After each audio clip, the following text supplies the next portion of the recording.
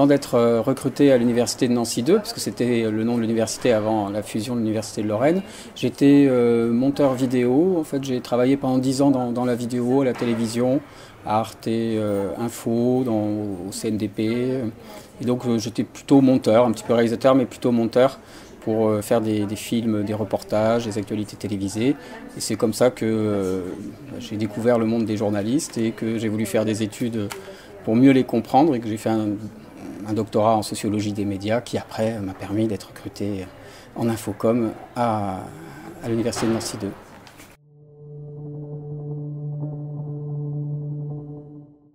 Dès l'arrivée à Nancy 2, il y avait cette question de la fusion de l'université de Lorraine, donc du regroupement des 3 universités de Nancy plus l'université de Metz.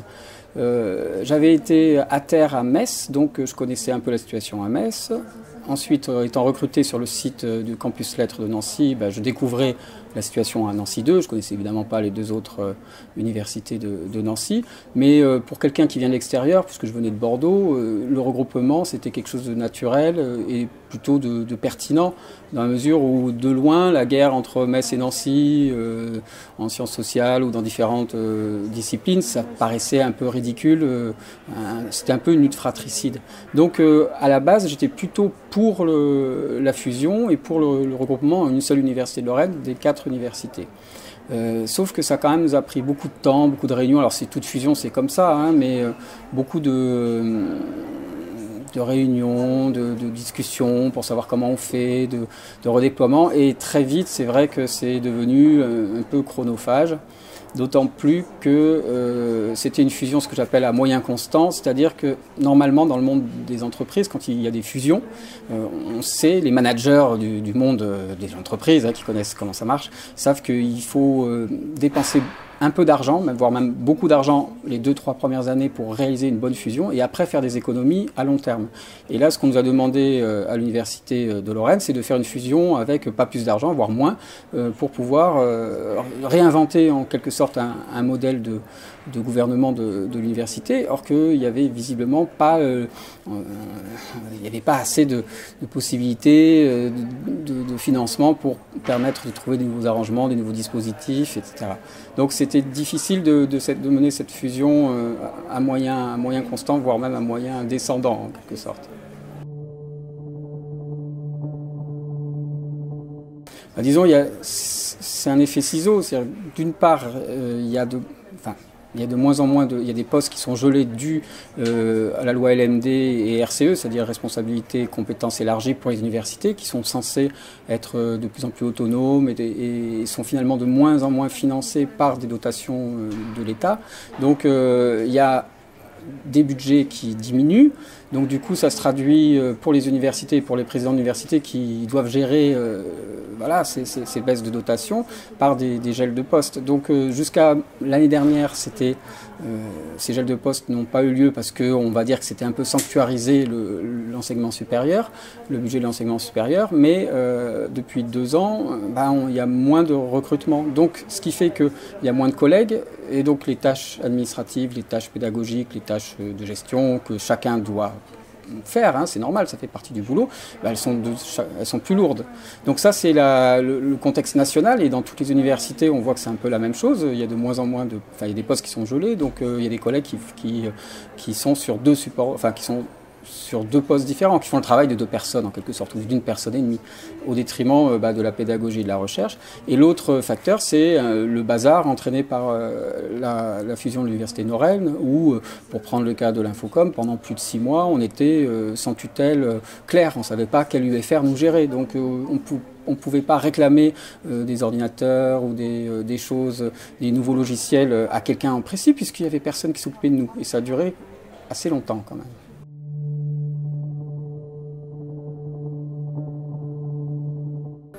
Alors au jour le jour, on est censé avoir un mi-temps de chercheur, donc pour faire nos activités de recherche, et puis l'autre mi-temps, puisqu'on travaille 1600 heures par an comme tout le monde, comme tout fonctionnaire, et l'autre mi-temps c'est ce qu'on appelle le service pédagogique.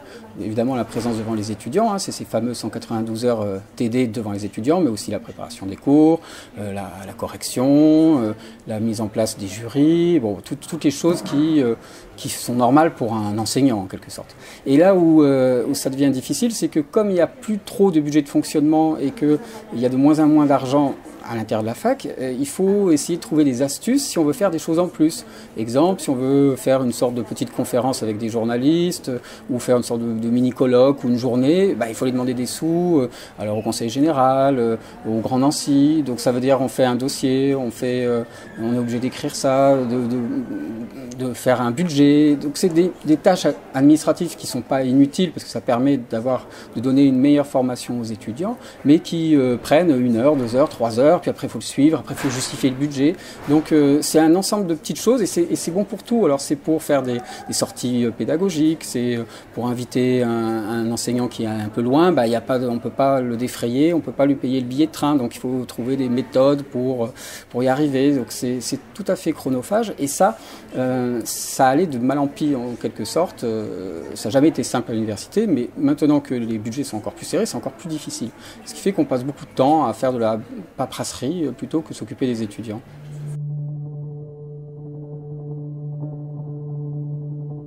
Alors, je pense à juste titre, l'université qui accueille de plus en plus d'étudiants essaye d'être au plus proche des métiers, de transmettre des compétences, de délivrer des diplômes qui soient en prise avec le marché du travail ou du moins les attentes des employeurs. Et ça c'est un des rôles, pas le seul, puisqu'on a aussi un rôle, on va dire, humaniste, puis de développement de l'esprit citoyen critique, mais on va aussi à l'université pour apprendre un métier. Et donc c'est très bien qu'il y ait de plus en plus de licences professionnelles, que les masters soient professionnels aussi, avec des stages, avec des enseignants qui sont des vacataires issus du monde professionnel, qui viennent transmettre leur expérience aux étudiants. Donc ça c'est très bien. Le problème c'est que par rapport au modèle ancien où c'était des cours un peu plus théoriques, on est obligé, nous en charge d'un diplôme, les enseignants qui sont en charge d'un diplôme, de gérer des vacataires, de gérer des intervenants qui viennent de différents endroits. Donc il faut les recruter, il faut leur expliquer la formation, leur expliquer ce qu'on attend d'eux, il faut s'assurer qu'ils remplissent bien les papiers, qu'ils ont bien fait un dossier pour pouvoir être payés leurs vacations, qui sont payables parce qu'il y a des critères très très sévères pour pouvoir embaucher des vacataires. Pourquoi? Parce que l'université veut payer le minimum aussi, et l'éducation nationale supérieure veut payer le minimum de cotisation sociale. Donc on a une charge administrative qui retombe sur les responsables de diplôme, et ce qui fait qu'on devient un peu des managers, des managers de diplôme, et plus tellement des enseignants qui s'occupent de pédagogie. Alors c'est très bien pour les étudiants, mais le problème c'est qu'il n'y a personne pour faire ce travail-là qui pourrait être celui par exemple d'un directeur des études ou de quelqu'un ou de secrétaire, de secrétaire de direction on va dire, qui puisse être attaché à des diplômes et qui seconde l'enseignant en charge du diplôme pour pouvoir l'aider à recruter les vacataires qu'il faut par exemple. Je prends que cet exemple des vacataires. Et là on voit qu'il y a une sous-administration à l'université qui fait que on demande toujours plus au même nombre de personnes, de personnel, que ce soit les enseignants, chercheurs ou les biatos, et notamment les secrétaires, où il y a une liste de tâches qui grandit et qui fait que les journées deviennent un petit peu longues à gérer les affaires courantes en quelque sorte.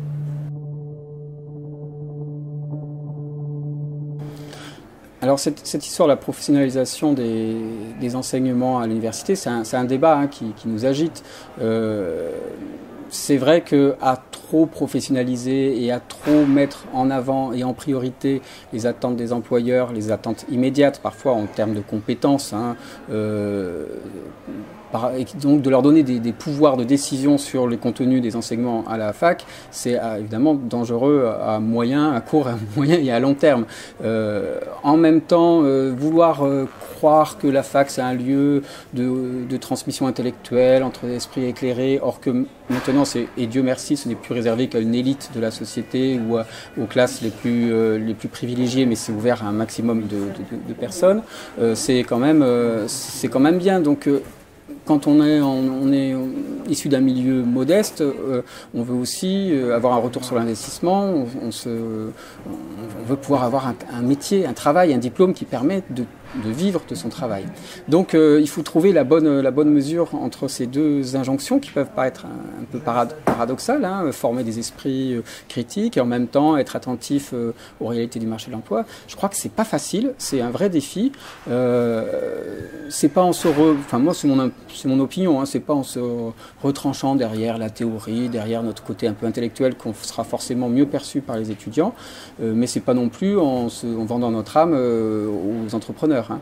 Donc là, il me semble sur cette question-là qui est délicate, il y a toute une réflexion, il y a toute une culture et des rapports de force à créer. Et justement, pour y arriver, il faut mettre un peu de moyens, il faut réfléchir, il faut avoir du temps, il ne faut pas faire les choses dans la précipitation comme souvent c'est fait, où on doit rendre des maquettes en 3 minutes, enfin en 3 semaines, parce que tout le monde est en retard, tout le monde court après le temps. Enfin, j'ai jamais senti autant qu'à la fac cette course contre la montre pour rendre les papiers, les maquettes, les dossiers de financement. On n'a plus le temps de prendre du recul pour réfléchir, quoi. Donc c'est quand même un comble pour des enseignants-chercheurs.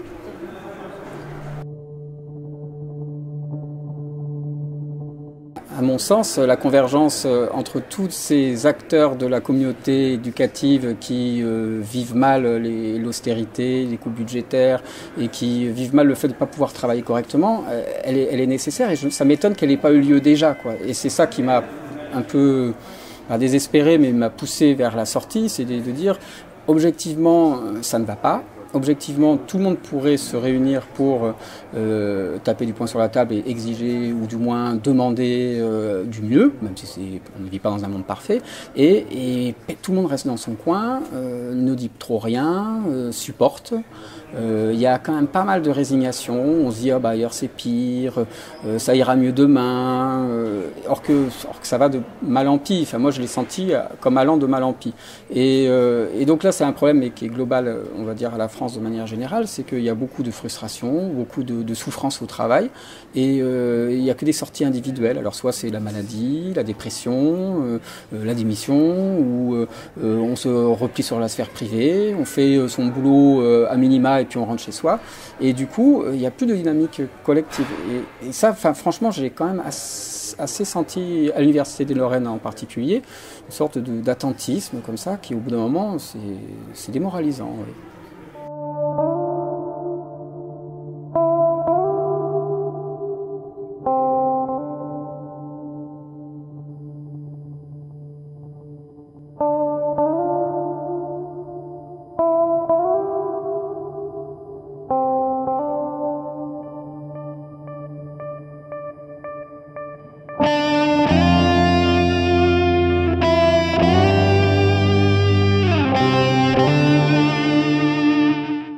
Ça, c'est un paradoxe que les journaux et les médias qui sont les plus engagés dans la transformation sociale, dans la défense des classes populaires, finalement, sont relativement peu lus par les ouvriers, les employés, les gens qui sont au chômage. Et il y a une déconnexion entre ça. Et d'ailleurs, c'est pas facile à vivre pour les militants ou les journalistes engagés qui se disent bon bah j'essaye de faire bouger les choses, mais finalement, je parle qu'à des gens comme moi qui sont eux-mêmes militants et engagés. Ça, c'est difficile. Bah, justement, je finis un bouquin là-dessus qui devrait paraître bientôt, là, donc je vous l'enverrai. Mais moi, il me semble que c'est parce que les journalistes engagés gardent quand même des formats de reportages, d'articles et puis de vision du monde qui sont assez axés sur la vie strictement politico-militante ou les idées économiques un peu intellectuelles. Ils font quand même partie, on va dire, du pôle intellectuel du journalisme, et ils ne prennent pas la mesure que les lecteurs lambda, les lecteurs ordinaires, aiment aussi trouver dans leurs médias des choses plus légères, ou du moins parler de choses sérieuses, mais de manière un peu plus légère. Voilà, pour le dire un peu rapidement, souvent la presse engagée, elle se prend un peu au sérieux. Alors c'est pas le cas du Nouveau Jour J qui sait parfois être impertinent, voire un petit peu vulgaire, ou de Fakir de Ruffin et de son équipe qui ont un ton, qui ont des côtés drôles, mais ça reste des articles très longs, alors des belles enquêtes très renseignées avec une plume. qui n'est pas toujours ajusté, on va dire, aux horizons d'attente des lectorats populaires. Donc c'est un peu peut-être un travail à faire ensemble, essayer d'être un peu plus accessible pour les journaux militants ou les journaux de transformation sociale, un peu moins purs dans leur engagement, de prendre en compte aussi les fonctions sociales de divertissement ou de réassurance que peuvent avoir les médias. Là, je vais essayer d'expliquer dans mon bouquin Médias et classes populaires. Hein. Les gens du bas de l'échelle sociale utilisent aussi les médias comme des biens culturels pour transmettre des valeurs à leurs enfants, pour discuter avec leurs voisins, pour se moquer de ceux qui les écrasent et les dominent. C'est pas toujours des choses très raffinées, très mobilisatrices, mais c'est des usages ordinaires des informations. Et ces usages-là, les médias comme le vôtre, alternatifs, il faudrait aussi qu'ils les prennent en compte pour y répondre.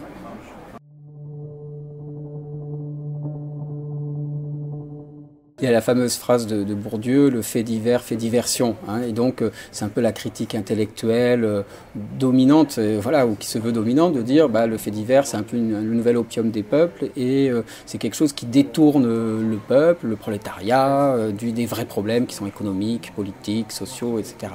Alors, c'est souvent vrai parce que c'est utilisé de cette manière par la presse commerciale qui est souvent conservatrice. Mais il est possible d'utiliser les faits divers de manière politique. C'est Jean-Paul Sartre qui disait ça dès les années 70. Il dit il y a du politique dans les faits divers. Et on peut essayer, tout en ayant ce côté émotionnel qui est fort et qui permet justement d'avoir un lectorat, de manière non pédagogique et pas de manière trop académique, essayer de tirer du fait divers des enseignements généraux sur le fonctionnement de la société, sur les rapports de domination, sur les problèmes de gestion, d'austérité. Par exemple, là, ce pauvre gamin qui, à Metz, est mort à l'hôpital, ça peut révéler des choses sur la façon dont les hôpitaux sont gérés. C'est pas que c'est un fait divers malheureux pour lui et sa famille, mais ça peut être aussi le révélateur de tout un problème de façon dont on gère la santé actuellement en France. Voilà. Mais c'est un travail qui est difficile à faire et qui demande à la fois de vulgarisation, de politisation, de montée en généralité tout en gardant un vocabulaire accessible et qui demande beaucoup de temps. Et c'est là où les médias dominants ou les médias commerciaux font pas leur boulot, c'est qu'eux, ils cherchent la meilleure rentabilité. Donc, une fois qu'ils ont traité du fait divers et qu'il y a du lectorat, ils s'en fichent de savoir ce que les gens pensent ou qu'est-ce qu'ils font du fait divers. Or que les médias progressistes, ils doivent parler des faits divers, les présenter bien et de manière attractive, mais en même temps prendre le temps d'en dire un petit peu plus. Donc du coup, c'est des coûts de reportage, des coûts d'enquête, des coûts d'écriture qui sont énormes et qui ne correspondent pas au porte-monnaie de ceux qui vont acheter leur canard. Voilà. Donc il y a une contradiction là.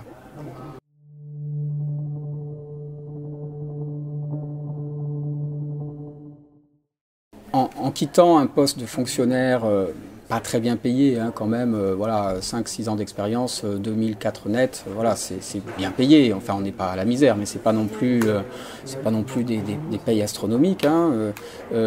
Du coup, je suis maintenant chercheur sur contrat, donc en situation de précarité. Quand j'arrive à trouver des financements pour faire mes recherches, je suis payé. Quand je n'en trouve pas, c'est un peu des pâtes à la maison, quoi. Hein. Mais au moins, j'ai pas à subir tout l'appareil, les contraintes du boulot. Quand je travaille, j'ai gagné en liberté. Alors, c'est vrai que du coup, en étant dans une situation de précarité, je partage plus qu'une grande partie du monde ouvrier et employé de France cette vision du lendemain qui reste toujours un peu fragile, un peu précaire, et peut-être ça donne un peu d'humilité aussi.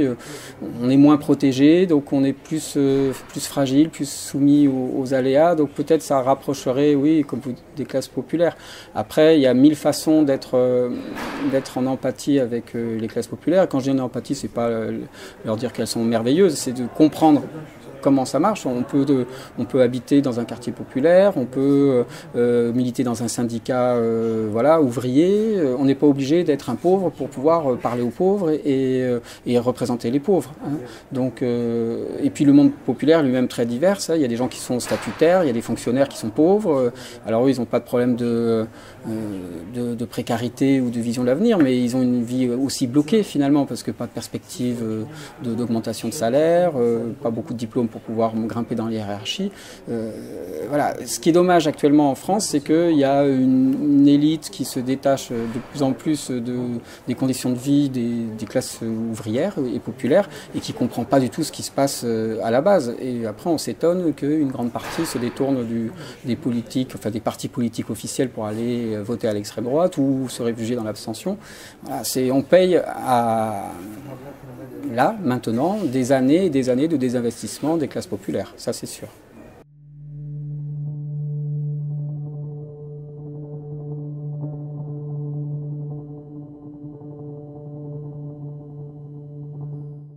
À travers l'histoire du mouvement ouvrier, on voit souvent que les leaders ou ceux qui ont apporté le plus au mouvement ouvrier pour tenter de l'émanciper, c'est plutôt des transfuges des classes moyennes, voire des classes supérieures. Marx n'était pas un fils d'ouvrier. Hein. Donc il n'y a pas de contradiction. Après, ça ne veut pas dire non plus que le salut ne vient que des classes moyennes et supérieures. Il y a beaucoup de fils d'ouvriers ou d'ouvriers qui ont conquis par leur travail, par leur réflexion, des positions et des outils de lutte qui leur a permis de pouvoir transformer le monde social. Donc c'est trouver une alliance ou du moins une collaboration entre les différents milieux qui ont tous la même intention de faire bouger les choses pour qu'il y ait plus de justice sociale, plus d'égalité, plus de liberté. Bon voilà, après ça c'est là on rentre dans la politique, on quitte les médias même, c'est pour, quoique c'est pas forcément à mettre à opposer, mais à essayer de trouver les conditions d'une nouvelle mobilisation et du prolétariat ou du moins des milieux modestes. D'accord. Merci.